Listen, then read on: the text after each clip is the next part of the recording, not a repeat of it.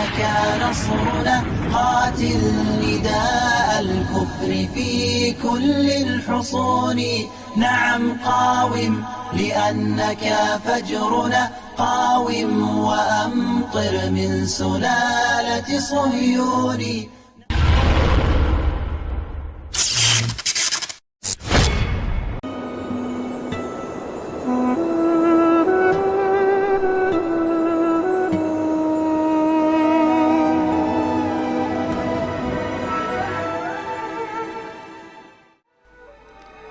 Assalamualaikum warahmatullahi wabarakatuh.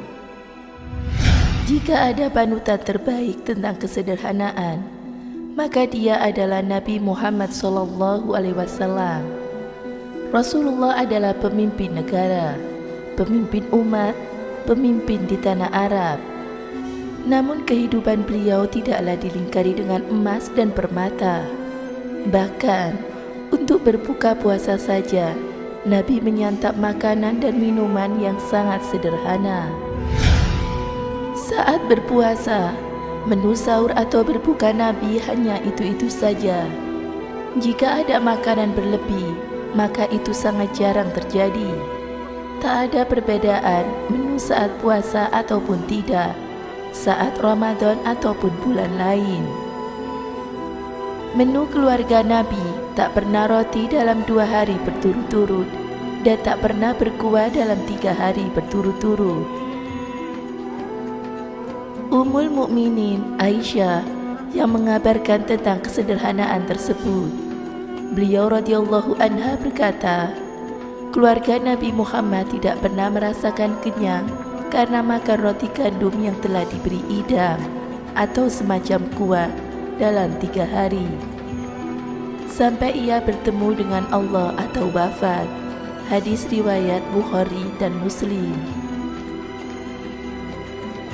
Dalam riwayat lain, Sayyidah Aisyah berkata, keluarga Nabi Muhammad tidak pernah merasakan kenyang karena makan roti gandum dalam 2 hari sampai beliau wafat. Hadis riwayat Bukhari dan Muslim. Tak pernah kenyang, apalagi kekenyangan. Sejak Rasulullah hijrah ke Madinah hingga wafat, beliau tak pernah merasakan kenyang. Puasa Ramadan diisyaratkan saat beliau berada di Madinah. Artinya, Nabiullah tak pernah berbuka puasa dengan makanan yang membuat beliau kenyang. Jika menu berbuka saja tak mengenyangkan, maka sahur tentunya lebih kecil dari itu. Dari Nu'man bin Bashir radhiyallahu anhu, beliau berkata kepada para sahabat Nabi yang lain, bukankah kalian bisa makan dan minum semau kalian? Sungguh, aku melihat Nabi kalian tidak memiliki dal atau kurma yang kondisinya busuk sama sekali, dan tidak ada makanan yang bisa memenuhi perutnya. Hadis riwayat Muslim. Dari Malik bin Dinar, ia berkisah, Rasulullah SAW tidak pernah merasa kenyang karena makan roti atau kenyang karena makan daging, kecuali jika sedang menjamu tamu. Hadis riwayat At-Tirmizi. Lalu, apa yang dimakan Nabi saat berbuka puasa? Biasanya, Rasulullah SAW berbuka puasa dengan rutab sebelum sholat maghrib. Jika tidak ada rutab atau kurma muda, maka dengan tamar atau kurma matang. Jika tidak ada tamar, maka beliau meneguk beberapa teguk air. Hadis riwayat Abu Dawud. Ternyata menu berbuka Nabi hanyalah beberapa buah kurma. Bahkan jika tidak ada kurma, maka beliau hanya minum air putih. Menu yang teramat sederhana ini memang biasa dihidangkan di keluarga Nabi. Rasulullah SAW seringkali memakan kurma dan meminum air saja. Seperti yang dikisahkan oleh Sayyidah Aisyah, sesungguhnya kami keluarga Nabi Muhammad SAW pernah selama 1 bulan tidak menyalakan api atau tidak memasak apapun kecuali kurma dan air. Hadis riwayat Muslim dan At-Tirmizi. Pernah tak ada makanan meski sebutir kurma.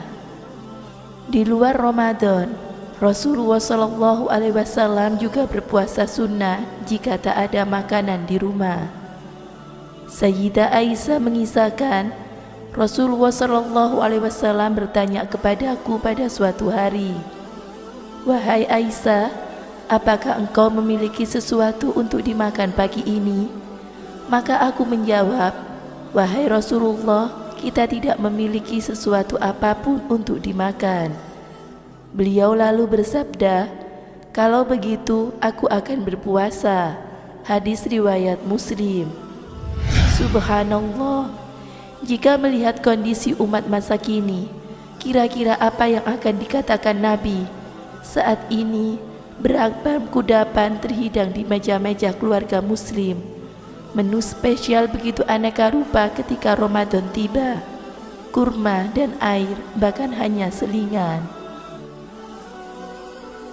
Tak sedikit yang kekenyangan dan kesulitan sujud saat sholat maghrib. Bahkan ada pula yang makan kedua setelah sholat tarawih. Sebagian lain bersikap mubazir dengan membuang makanan karena berlebihan. Bukan berarti kita harus seperti Nabi dengan meniru menu berbuka hanya kurma dan air. Hanya saja ada beberapa hal yang perlu kita hindari. Pertama yakni sifat berlebihan karena tamak dalam makanan dan minuman. 2. Kekenyangan hingga malas beribadah. Dan ketiga yaitu melupakan rasa syukur atas nikmat yang Allah berikan hingga dapat menyantap beragam makanan lezat dan minuman yang segar. Salawat dan salam ditunjukkan kepada Nabiullah tercinta yang telah memberikan suri tauladan sempurna dalam kesederhanaan. Semoga kita dapat mengikuti jejak beliau agar tetap berada di jalan yang lurus menuju surganya. Amin. Semoga bermanfaat. Wallahu a'lam bishawab.